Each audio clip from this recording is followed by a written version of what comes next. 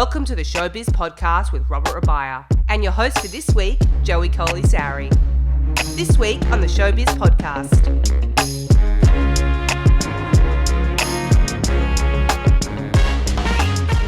Whether or not you've heard of Robert Rabiah, you've undoubtedly seen his work in some form or another.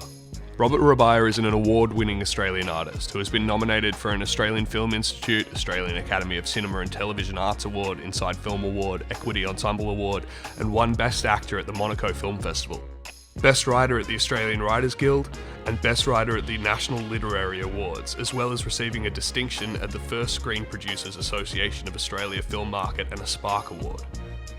He has appeared in some of this nation's best-loved films and television shows, such as Chopper with Eric Bana, Face to Face with Vince Colosimo, Deadline Gallipoli with Sam Worthington, Ali's Wedding with Don Hannay, as well as coming off the critically acclaimed television series Safe Harbour with Ewan Leslie, Phoebe Tonkin, Leanna Waltzman, Jacqueline McKenzie, Nicole Shamoon, Joel Jackson, and Secret City with Anna Torv, and the upcoming feature Below with Anthony LaPaglia and Ryan Kaur.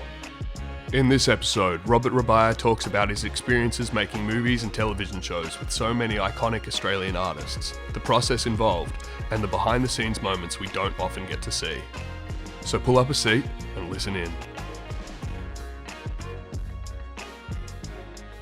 Robert Rabiah, welcome. Let's jump right in. I've known you for a long time, but I've never asked. When was your first time on a set? And was it an intimidating experience? Well, actually, it was two projects, Joey, and you know, I was fortunate enough to land at the same time. One was Neighbours, you know, the enduring Aussie favourite and mandatory training ground for a lot of actors like, you know, Guy Pearce, Kylie Minogue, Chris Hemsworth, etc., where I played a triathlete called Spiro Pilates, and Spiro was the main rival to Daniel McPherson's Joel Samuels. And the other project was a series called Tribe, which was filmed up in North Queensland by director George Miller. And in that I played a fantastical pirate called Raoul. Look, was it intimidating? I don't know, man. I mean, I remember being more excited than nervous. You know, I was fresh out of acting school from the Beverly Hills Playhouse under the tutelage of the late, great Milton Katsalis. And, you know, all you wanted to do was play your craft. So, you know, I also remember being super focused. Yeah. And the cast on both productions couldn't have been nicer, which always makes it a great environment to create, as you know. And you know, I recall on Neighbours, for example, Daniel was very welcoming and always quick to help me out with the triathlete side of things, you know, as we did a lot of our own stunts. It was very cool. I mean, you know, from memory, he was actually a triathlete before securing the gig on Neighbours, which is helpful. That's definitely very helpful. First-hand knowledge. Yeah, no, it was great. And, you know, on the set of Tribe, because we had spent 2 or 3 months up in North Queensland, you know, in the tropical wilderness, essentially, which is where we were filming. I think the cast formed quite a close bond. And I genuinely learnt a lot from the veteran actors like Americans Teo Penglis and Joanna Cassidy, and Aussies Nadine Garner and Rachel Blakely. Looking back, it was quite a fun first time on set, to be honest, and not intimidating at all.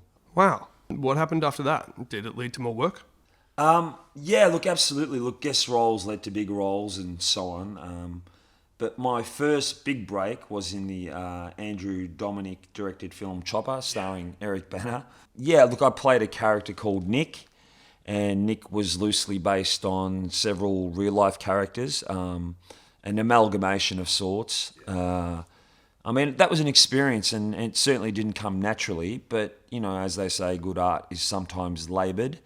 And and look, and that was certainly a labour of love for, you know, director Andrew Dominik and Eric Bana alike, which made it easier, I guess, for the rest of the cast and crew to buy in. Yeah, right. But look, what I really liked most was the comedic angle they took with the film.